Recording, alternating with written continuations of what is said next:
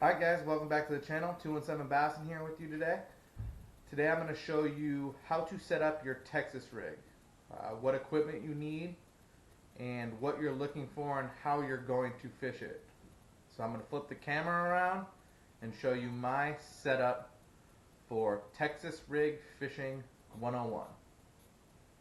Alright, moving on to our terminal tackle that we have for the Texas rig setup.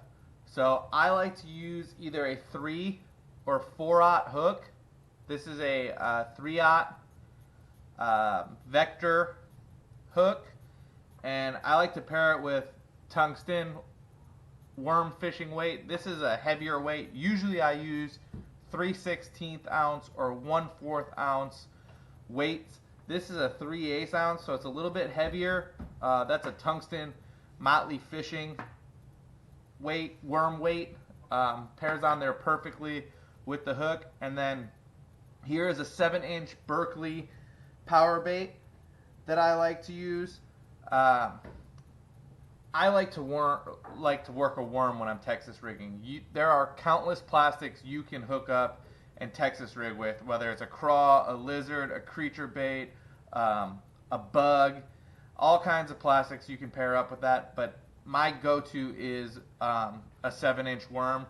In the summertime when it's hot, I'll upsize that to a bigger profile, a 10-inch worm, and that's kind of like where I like to stay with. But I prefer worms. You can pair it with whatever plastic you really want to fish.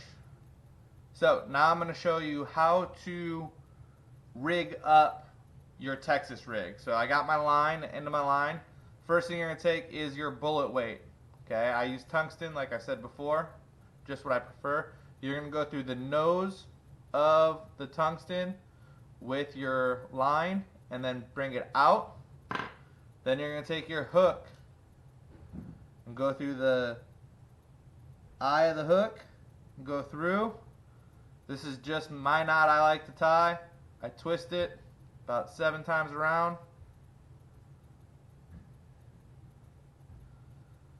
Then from here, I'm going to take my tag end and go through the loop at the very bottom. Take that tag end up, create a loop up top as well, right there. Go through the loop at the top. Be able to see it. Okay, then I'm going to wet the line. So I'm going to take my tag end and I'm just going to wet the line with some saliva. Got my line wet, then I'm going to pull the top tag tight. Then I'm going to let go of the tag and I'm going to pull on the main line string, and that's going to cinch it down. Just going to take my fingernails and move that line down. Then I'm going to give the tag end a nice little pull to make sure that it is tight. And do the same with the main line again. Cinch down. Make sure there's no air at all in there. So now that's tight. So I'm just going to trim up this tag end. Make it short. So trim up the tag end. Get rid of that extra piece.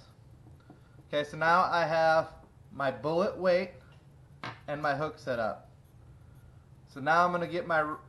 I'm going to take my worm and I'm going to find the bottom edge of that worm. I want that facing down.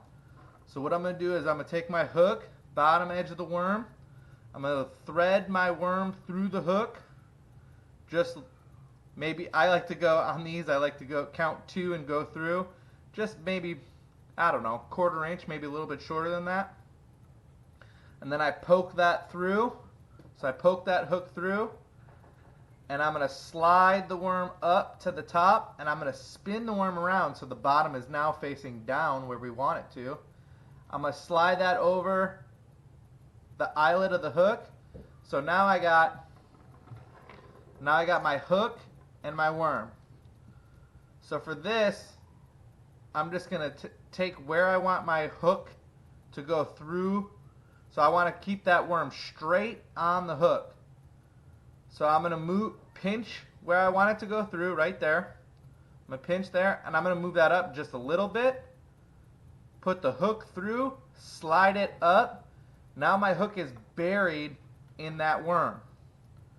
Okay, my hook is buried in that worm, and that causes it to be weedless. So you're not going to get hung up on trees, weeds, brush. It allows you to fish cover and get down where the fish are at. So like I said, this is a little bit bigger of a weight than I like to use, but for the lake I'm currently fishing at and I have a tournament at this week, I'm going to sit out on points and a little bit farther, and I want that bigger weight so I can cast it farther, I can get it deeper down, and I can fish that rock and that cover down deep.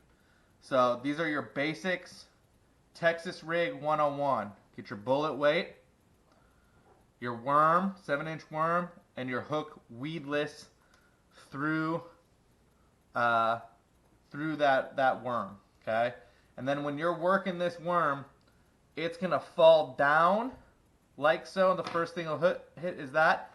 And this whole way down, this tail is going to be fluttering. Then it's going to lay, and you want to pop this Texas rig up. So you'll pop it up off the ground and then back down, and that tail is going to swim through when you're popping it down.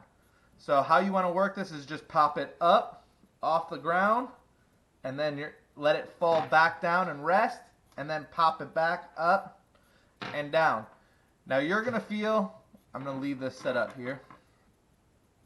Now when you feel the bass bite, okay, you're just going to feel almost like a pop pop. So a tap tap, pop pop on that tail or on that worm. And then you're really watching your line to make sure if it starts moving a little bit or if you just feel that tension. It might be pop pop pop, pop pop pop, okay?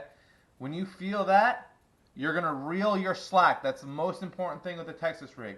Reel your slack up. So you're going to reel that slack up, and then you want to set that hook as hard as you can. So you reel the slack up, point your line down towards your rod down towards the water, and then you want to go from 6 o'clock to 12 o'clock as hard as you can on that fish. Because not only do you have to pop this hook through the roof of the mouth of the fish, which you don't have to do if you're fishing like a lure that the hooks are exposed. The fish is going to hook itself. With these, you have to hook the fish. With the Texas rig, you have to hook the fish.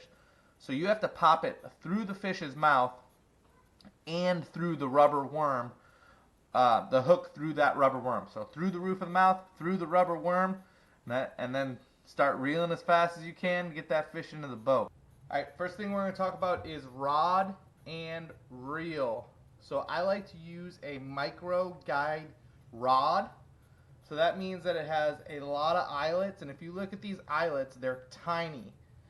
The smaller the eyelet and the more you have means the better sensitivity you're going to have for your fishing.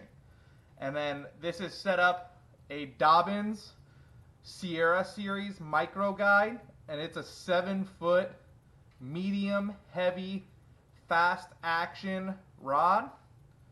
And then I got it paired with a nice Lew's LFS speed spool, and this particular one is 7-3 to 1, I believe, or 6-8 to 1, one of those two.